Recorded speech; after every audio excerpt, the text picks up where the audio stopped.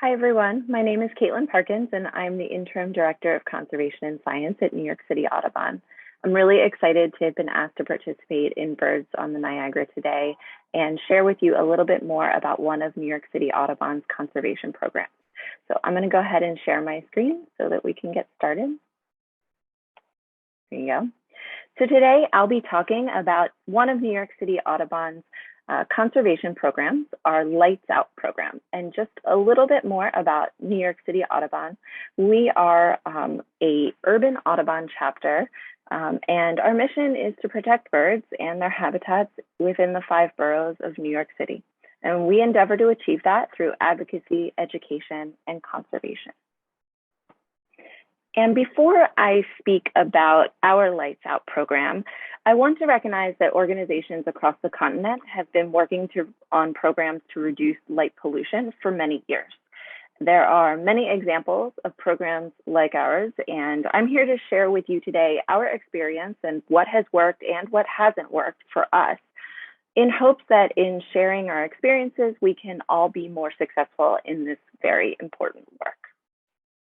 So the story for New York City Audubon and our work on light and collisions started back in 1997 when a New York City Audubon board member was walking on the sidewalks in Manhattan and noticed bright yellow dead birds on the sidewalk. And at first she didn't know what was killing these birds, and she did some research and realized that these were birds that were colliding with windows of buildings in Manhattan. And she called up one of the first organizations to really start working on this, and that was Michael Majeur at Toronto's Fatal Light Awareness Program, or FLAP Toronto. And Michael, in his infinite wisdom, said, if you want these buildings to change, you've got to show them the data. And so she started collecting data. And this was the inception of our Project Safe Light program. This board member, Rebecca, and volunteers started surveying buildings in Manhattan, collecting dead and injured birds, and documenting the collisions in hopes that we would be able to share that information with the buildings and get them to fix the problem. And here we are, more than 2 decades later, doing many of the same things still, with many successes along the way. So Project Safe Light is our program to protect migratory birds by reducing window collisions. We've also grown this program to include things like creating built habitat that supports migratory birds and protecting natural habitat and supporting the planting of native plants, which are all ways we can protect migratory birds. But our real focus here is on reducing window collisions in New York City. And how do we do that? Well, we do that mainly by addressing the dual threat to migratory birds that is light and glass. And I'm sure most of you are familiar with the collisions issue, but I just want to briefly go over why glass and light are such a problem for birds, so that we're sort of all starting for the same baseline. So I'll start with what I call the daytime problem, glass. I could do an entire talk on why glass is an issue, but to put it plainly, birds just don't recognize glass as a solid barrier. They aren't dumb. Humans also can't really see glass, and I'm sure everyone has had the experience of walking into glass, or at least knows someone who has. So we also just don't see it, but we've learned to use context clues to recognize when glass is present, be that architectural cues such as door handles and window mullions and other things. We've come to know where to expect glass to be, and birds just are unable to learn those things. So for example, this picture on the left provided to us by the American Bird Conservancy is a picture of trees, but from this angle, it's impossible to know whether or not this is a picture of trees reflected in glass, trees through glass, or trees, just a picture of real trees. So a bird is going to see this and think that it is real trees.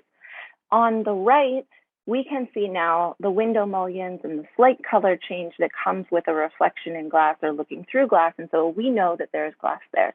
Unfortunately, birds don't. They see that reflection or they see the tree through glass, they fly to it and often die instantly. So they also don't get the opportunity to learn how to detect when glass is present.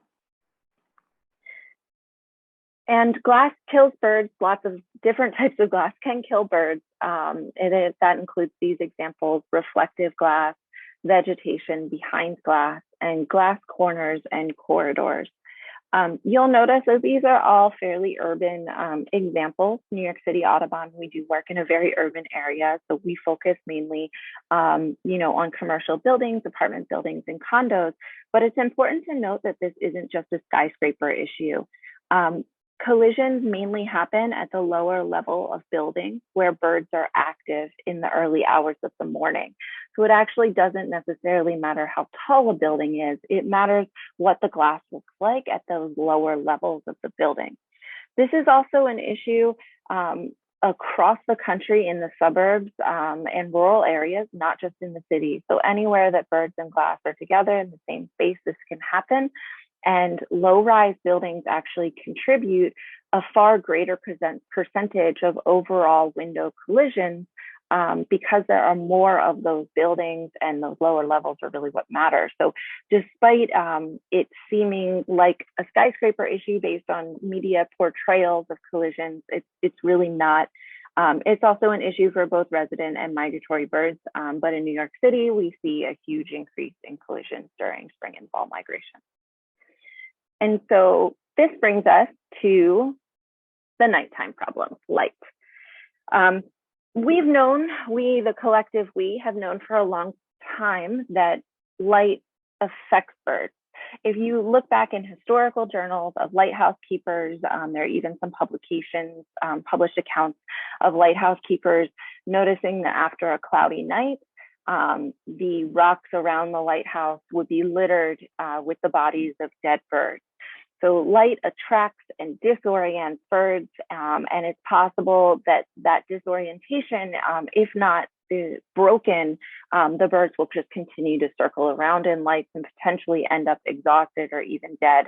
We know that migratory birds have fairly low amounts of reserves for migration, which is an incredible energy expenditure. So the last thing they need is to be flying around in circles around lights, wasting their energy. Sort of some modern examples can be communication towers, celiometers at airports, tall buildings with brightly lit crowns, and of course, the modern example from New York City, the Tribute in Light. And so a little bit more about the Tribute in Light. The Tribute is a memorial installation of lights representing the Twin Towers and memorializing those who died in the 9/11 terrorist attacks in 2001.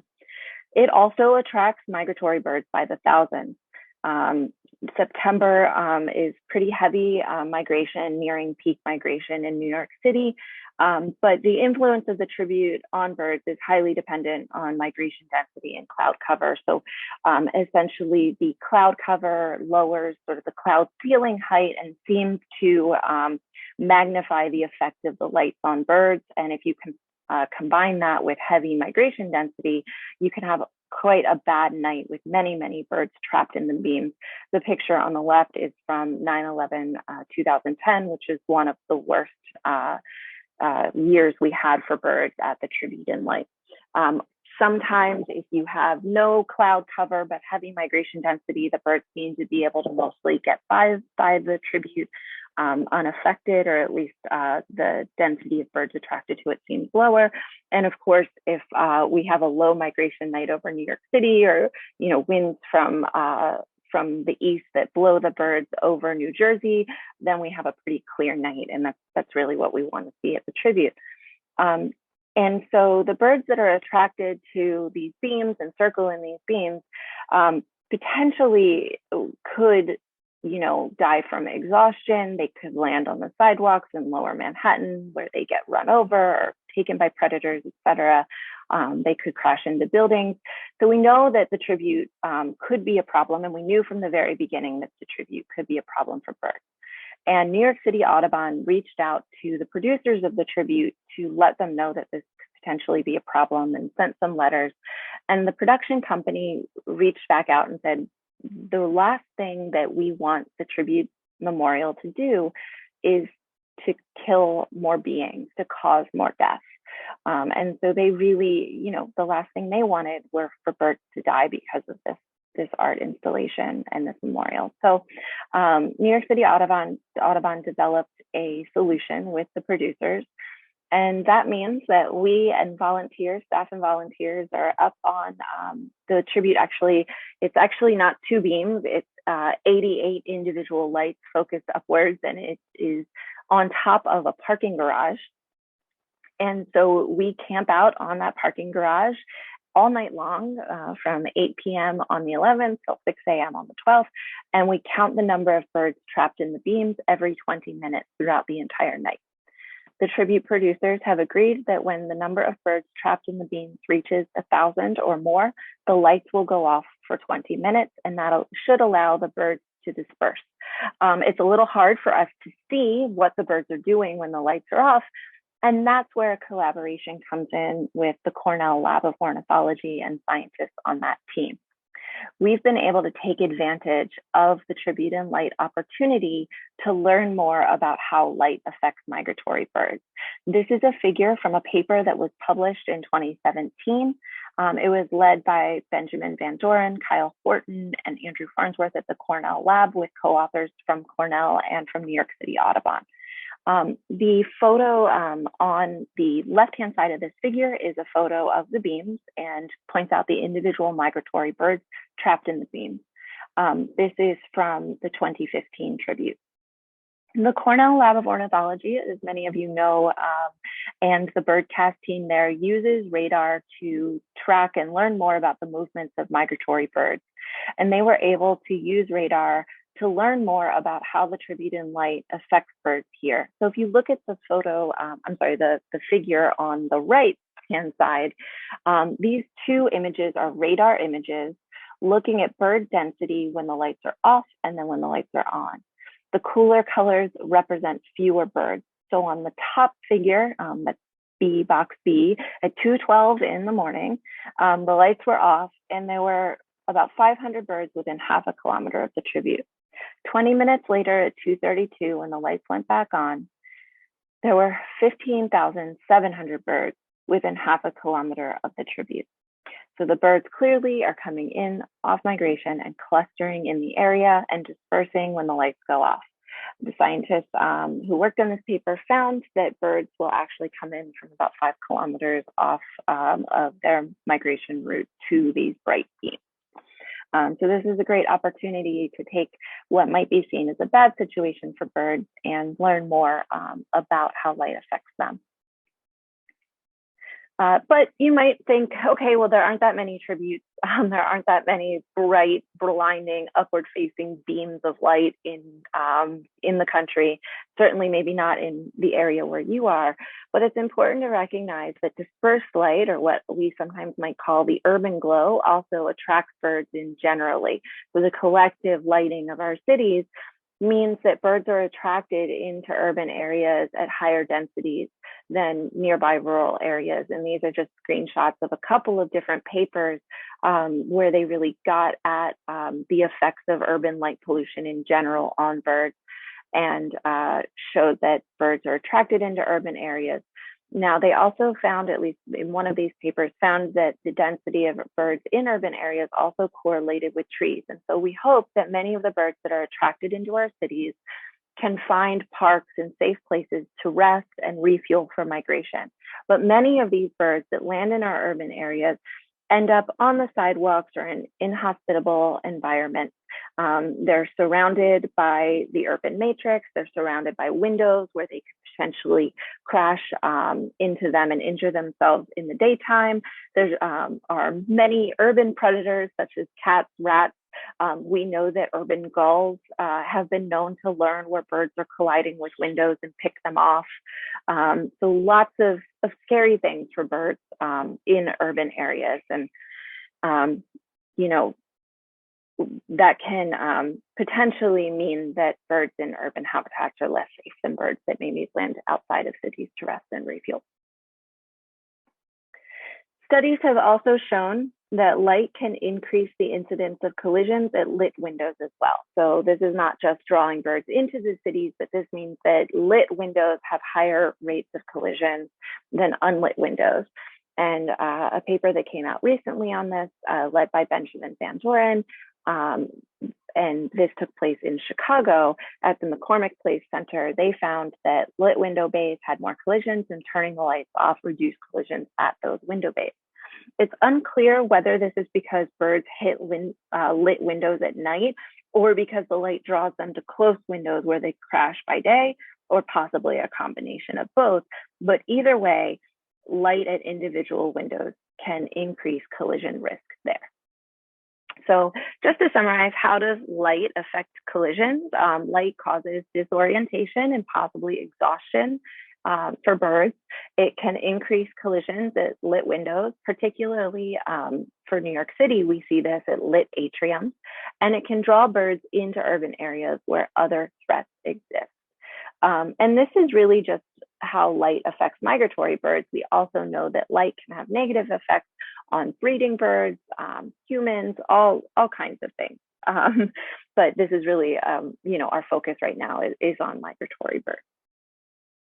So the easy answer to fix this is to fix the glass and turn off the lights. And that, you might think, seems easy. Turn off the lights, address the glass, put window film on the glass, make the glass visible to birds. But those things can be much harder than it might seem to make happen. And so we've been working on this, like I said, for about 2 decades. And we have developed some strategies that I just want to go through to address light and glass. So that includes community engagement, data collection, relationship building, education, voluntary retrofits and lights out programs, and legislation.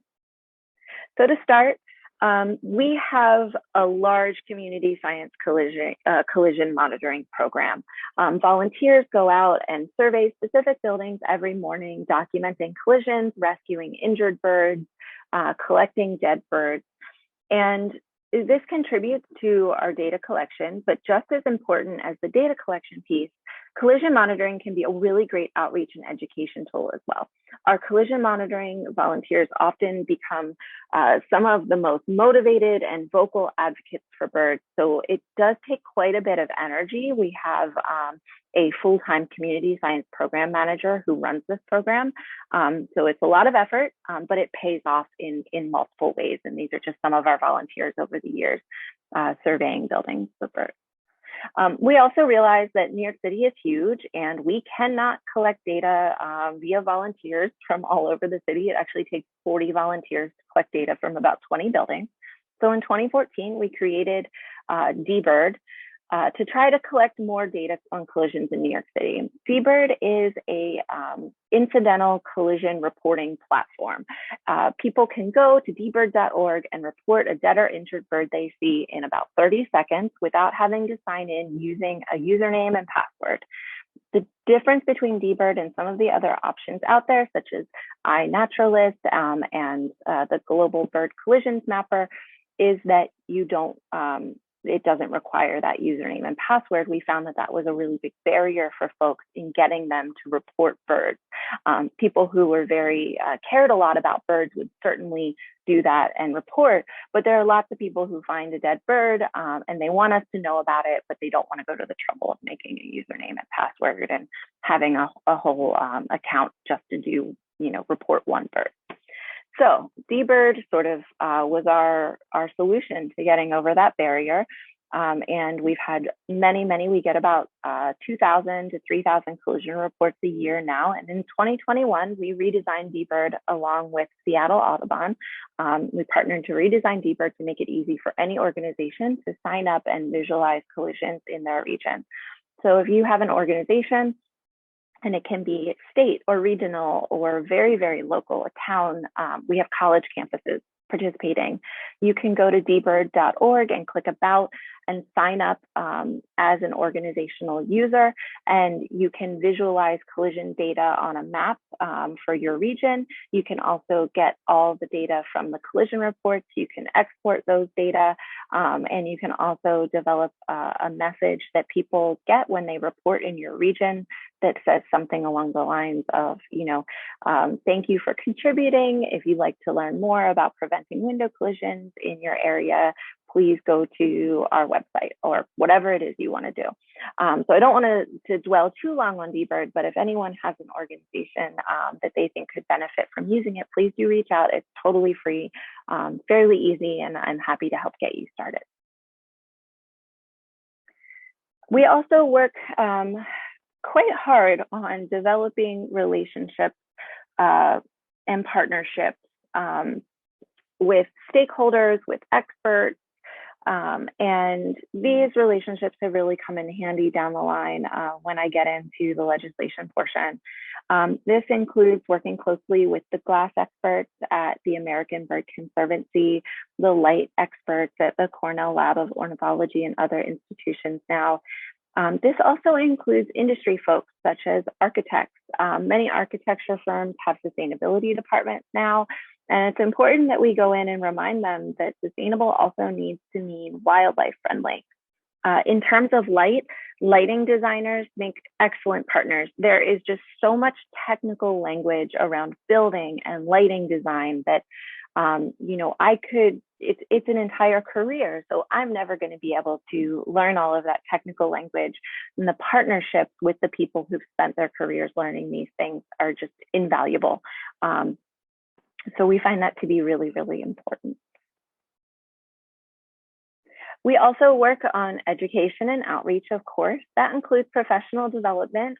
We are able to give a course to architects on bird-friendly building designs that was designed by the American Bird Conservancy.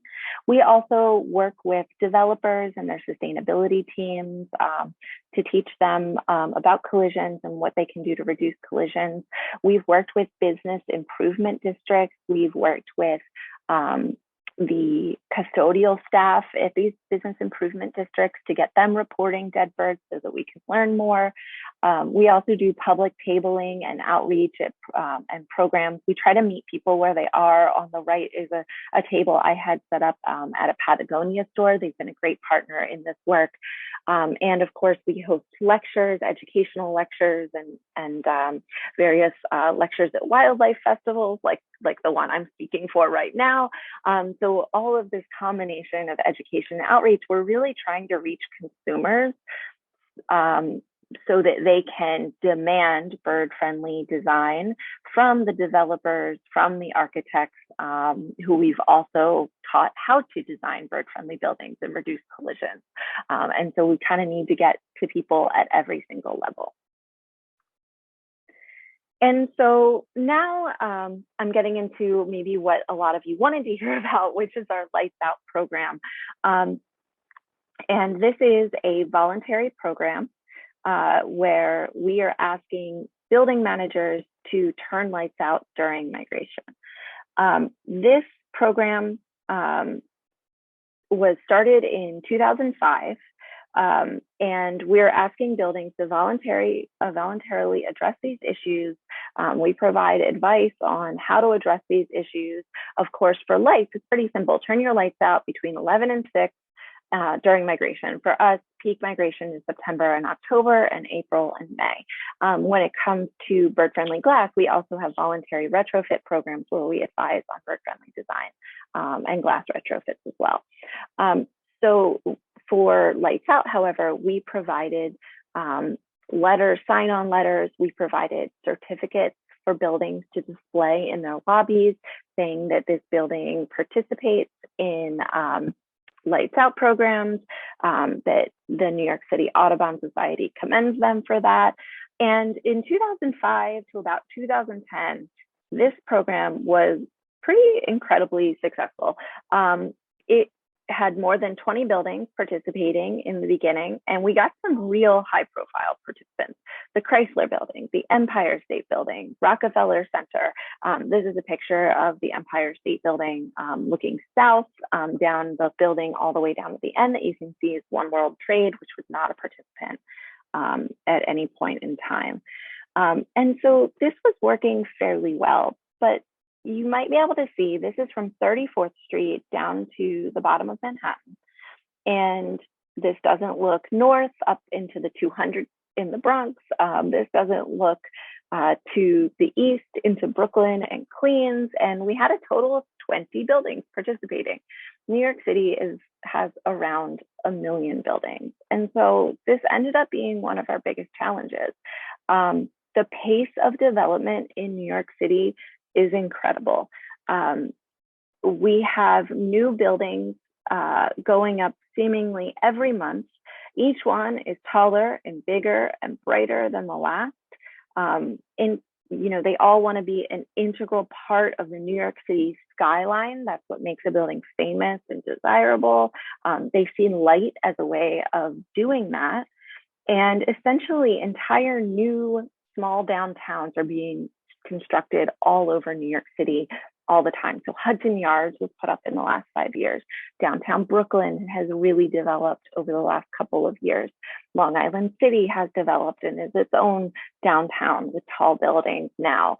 And it was just really difficult for us to keep up with that pace of development, to find those contacts, to speak with those building owners and managers about the issue and convince them that this was important. And on top of that, it was also extremely difficult to maintain participation for the existing buildings. Staff turnovers and ownership changes means that we need to continue to maintain those relationships and check in regularly, and make sure that the person who's newly in charge understands why the lights are going off, or even remembers to turn them off at all. And we started losing participants. We were struggling to get new participants, and realized that the amount of effort that we were putting into this program was just not proportional to the effect that it was having on birds.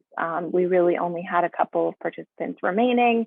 And while we appreciate those participants, and there are buildings that still turn their lights off during migration until today, it just wasn't having the effect that we needed it to have to really reduce collisions and reduce the impact of the lights of New York City on migratory birds. And so we made the decision to discontinue that program around 2018. I just want to point out here that while this voluntary program didn't work for us in our specific, very, very, very large city, many other cities have had great success with voluntary programs. If you're interested in doing one of these programs, I suggest reaching out to Philadelphia, Lights Out Philly, Chicago, the Chicago Collision Monitors and Lights Out Chicago, and of course Houston, and some other cities in Texas, which have more recently started these programs and have just been very, very much more successful. One of the things I've heard from folks in these cities is that contacts with downtown associations seem to be really helpful. Often all of the buildings in a downtown area of a city are members of a downtown association. And so if you can get in touch with the right person there, you can sort of, get participation and maintain participation through that downtown association. Unfortunately, New York City doesn't have downtown associations. Every neighborhood and has their own groups. And so it just unfortunately didn't work for us. And I feel weird presenting on Lights Out in New York City and sort of presenting the information that, hey, this program really didn't work. But we definitely learned a lot. And we didn't give up on Lights Out when we discontinued this program in 2018. We've decided really to focus on a legislative approach to New York City. We've really picked up on our Lights Out advocacy work in 2021, following the successes that we had passing the bird-friendly materials law in 2019, which took effect in 2021, because of course 2020 was a weird year for everyone. And so the bird-friendly materials law requires all new buildings in New York City to use bird-friendly materials on the lower 75 feet of the building and adjacent to any green roof. We got this law passed by creating a coalition of experts, cultivating grassroots support, anticipating opposition and taking opposition concerns into consideration, and compromising where necessary to save the most birds. We really couldn't be purists on this law and if we wanted to get it passed. And so this was a really successful program. The photos on the right show some postcards that folks were writing to their city council people to get the bill passed, and one of our postcard writing parties, which was one of our really fun events that we had pre-COVID. So Lights Out legislation, like I said, has picked up in 2021. Some of the same folks that we worked with on Local Law 15 reached out about light and asked, okay, we've addressed glass. Is it time to address light? What could be done about light? And we formed a coalition of folks who could advise on this. This is a list of folks involved in our Lights Out coalition. It includes scientists from academic labs, nonprofit organizations, as well as our own organization, conservation groups, animal welfare organizations. We found that animal welfare advocacy organizations have been invaluable partners in getting legislation like this passed. While we may see bird collisions as a conservation issue, many people see it as an animal rights issue and are really affected by the death that they're seeing on the sidewalks. And so these organizations have such dedicated membership that they've been really great partners. Wildlife Rehabbers, the Wild Bird Fund, is a very important, well-known wildlife rehabilitation center in New York City, and they have been really great at mobilizing their supporters and getting out information. They have a huge audience, and they really are great at getting information out about collisions, about light, and about actions that people can take. We also have a representative from Dark Skies International on our coalition. Dark Skies is probably, those folks are probably the most knowledgeable about the effects of light overall and the historical ordinances that have been in place in other places. And so their wealth of knowledge on light legislation is pretty incredible. And down here, we actually don't have any human health advocates on our coalition, but I think this might actually be where we're lacking. Their light affects birds, and that's our focus and my organization's focus, but light also has quite a negative effect on the physical and mental health of people. And I think this is where we're lacking, and we could really partner with human health experts as well, because the human health side of things is quite compelling.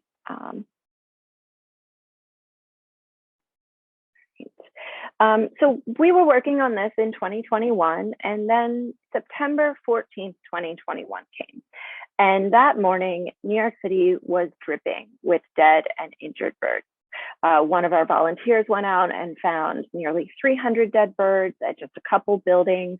We were taking calls from all over the city with people calling about finding injured birds, not knowing what to do. Some people thought that someone was shooting birds. People thought that people were poisoning birds. And it was just an absolute horror story, to be honest. It was picked up by media nationwide. I spoke with countless reporters that day. We essentially dropped everything else we were doing and really focused on this event. And I hate to say it this way, but we really just tried to make the most out of this really horrible event. It seems like you can work on something for a really long time, but sometimes it takes something very bad happening to capture people's attention and make them really consider that this is a problem that requires a solution. We had community boards reach out to ask us to present at their meetings. We had legislators reach out and ask us what needs to happen. And momentum just really picked up at this point in September. And we ended up with movement on 3 city council bills that had been introduced all the way back in 2018. Here are the 3 bills. Intro 274 required city-owned buildings to turn off unnecessary lighting where not needed for safety between 11 p.m. and 6 a.m. during migration. Intro 265 was essentially a very similar bill, but it applied to privately owned commercial buildings.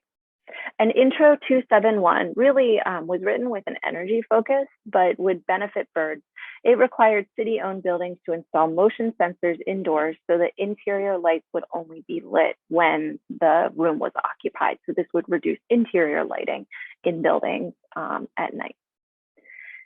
And this is where we really paused most of our other efforts and threw ourselves into getting this legislation passed.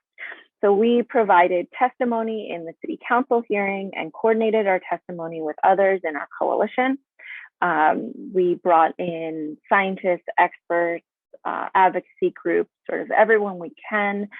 We mobilized our membership, particularly those that had indicated in the past that they're interested in advocacy. So we have our regular newsletter, but we also have what's called our Avian Advocates newsletter, where we share advocacy actions that folks can take to protect birds. And so we really tried to activate those folks. We had a social media strategy. Our communications person threw himself into making social media messaging and images for the entire coalition to use. I don't know that he slept for several weeks. And all of this effort resulted in 2 of the 3 bills being passed in December. And you can probably guess which of the 2 bills did not pass. The 2 bills that passed are the 2 that apply only to city-owned buildings. So that's 274 and 271. So lights go out in city-owned buildings from August 15th to November 15th and April 1st to June 15th every year between 11 and 6. And also the motion sensors will be installed in city-owned buildings. The one that didn't pass was, of course, the one that applied to privately owned buildings. We did have opposition by the Real Estate Board of New York. They brought up concerns about safety. They brought up economic concerns, basically that New York City is a 24-hour city and lights need to be on so that people can do business. We do think that the bill actually addressed these things. The bill had exceptions for safety lighting and, of course, exceptions for when buildings were being occupied. So, for example, if a doorman is in your lobby 24 hours, of course, the lights in your lobby would not need to go out. But it seems like that opposition had an effect on legislators, and that bill was not advanced to a vote. The other 2 did pass unanimously. So where to go from here? We want to continue our coalition work at the city level. We do have plans to redraft and reintroduce 265, the bill that applies to privately owned buildings.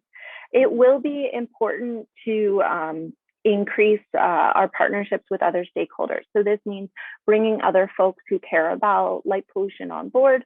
It also means taking the concerns of the Real Estate Board of New York and others and really considering those and making sure that the law is drafted in a way that takes those concerns into consideration and addresses them in order to keep the same thing from happening again and make sure that the Real Estate Board and others are on board. This is actually exactly how we passed Local Law 15. And so I think that one of our failures here was not doing that for these light bills.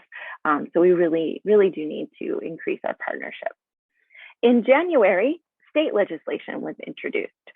This is Senate Bill 7663 and Assembly Bill 8644. It's called the Dark Skies Protection Act, and it would apply to all of New York State. This requires by 2025 that all outdoor light fixtures be downshielded, and those that are not retrofit to be downshielded need to be off by 11 p.m. or on a motion sensor so that they aren't on when it's unnecessary for them to be on.